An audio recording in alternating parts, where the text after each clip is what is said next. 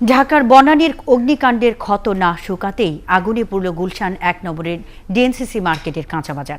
শনিবার ভোরে ২.৫ ঘন্টার এই আগুনের প্রায় ২০০ দোকান পুড়ে গেছে। আগুনে কাঁচা বাজারের সামনে ৫তলা গুলশান শপিং সেন্টারের কয়েকটি দোকানও ক্ষতিগ্রস্ত হয়েছে। ঘটনা তদন্তে ৫ সদস্যের কমিটি করা হয়েছে। ইশতিয়াক ইমনের প্রতিবেদন। এবার আগুনে পুড়ল গুলশান ১ নম্বরের ডিএনসিসি মার্কেটের কাঁচা বাজার। শনিবার সকাল 6:45টায় আগুনের সূত্রপাত কাঁচা বাজারের ভেতরের একটি দোকান থেকে। ২০১৭ সালের জানুয়ারি মাসে অগ্নিকাণ্ডের পর অস্থায়ীভাবে গড়ে তোলা হয় কাঁচা বাজারটি। এবার সেখানেও অগ্নিকাণ্ড। মার্কেট কর্তৃপক্ষের পক্ষ থেকে যে ইনস্ট্যান্ট কোনো ব্যবস্থা নেওয়া বা কোনো কিছু করার সেই সুবিধা ছিল না, নাই। খালি ধোয়া, চোখের ভিতরে খালি ধোয়া দেখছি। আগুন আর ধোয়া, ভিতরে ঢুকাই যায় না। খবর পেয়ে আগুন নিয়ন্ত্রণে কাজ শুরু করে ফায়ার সার্ভিসের ১১টি ইউনিট। আগুনের তীব্রতা বাড়ায় যুক্ত হয় আরও ৯টি ইউনিট। উদ্ধার তৎপরতায় যোগ দেয় সেনা, নৌ ও বিমান বাহিনীর সদস্যরা। ফায়ার সার্ভিসের ২০টি ইউনিটের ৩.৫ ঘন্টার চেষ্টায় আগুন নিয়ন্ত্রণে আসে। দুই জায়গায় আমরা ফায়ার ফাইটিং করে আল্লাহর অশেষ রহমতে আপনার ৮টা ২৫ আমরা ফায়ার পুরা নিয়ন্ত্রণে আনতে আমরা পেরেছি। এরকম মার্কেট থাকলে পরে তার একটা ক্যাপাসিটি থাকার কথা, ১০ থেকে ১৫ মিনিট ফায়ার ফাইটিং করার কথা, সেটা অ্যাবসেন্ট ছিল।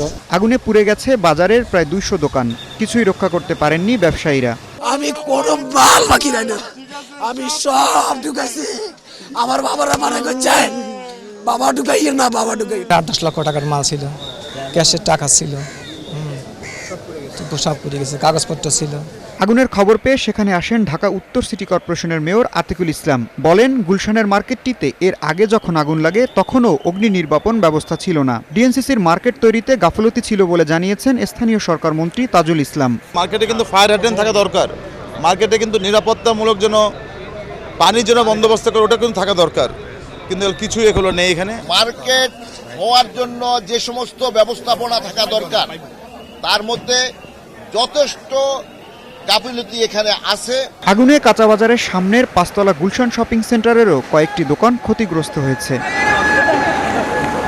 ইশতিয়াক ইমন, ৭১, ঢাকা। এদিকে আগামী ১৫ দিনের মধ্যে রাজধানীর ভবনগুলোতে অগ্নি নির্বাপন ব্যবস্থা আছে কিনা সে বিষয়ে অভিযান শুরু করবে রাজধানী উন্নয়ন কর্তৃপক্ষ রাজুক। অগ্নি নির্বাপন ব্যবস্থা না থাকলে বা অপরিকল্পিতভাবে নির্মিত ভবন সিলগালা করে দেওয়া হবে বলে জানিয়েছেন গৃহায়ন ও গণপূর্ত মন্ত্রী রেজাউল করিম। গুলশানের ডিএনসিসি কাঁচা বাজার পরিদর্শনের পর সাংবাদিকদের তিনি এ তথ্য জানান। ১৫ দিনের ভিতরে ঢাকার সমস্ত বহুতল ভবন চিহ্নিত করে পরিদর্শন করে কোন ভবনে অগ্নি নির্বাপক ব্যবস্থা নেই, দ্রুত গতিতে নেমে যাওয়ার জন্য সিঁড়ি নেই, পরিকল্পনার বাইরে ইমারত নির্মাণ করা হয়েছে, সেগুলো চিহ্নিত করে আমরা ব্যবস্থা গ্রহণ করব।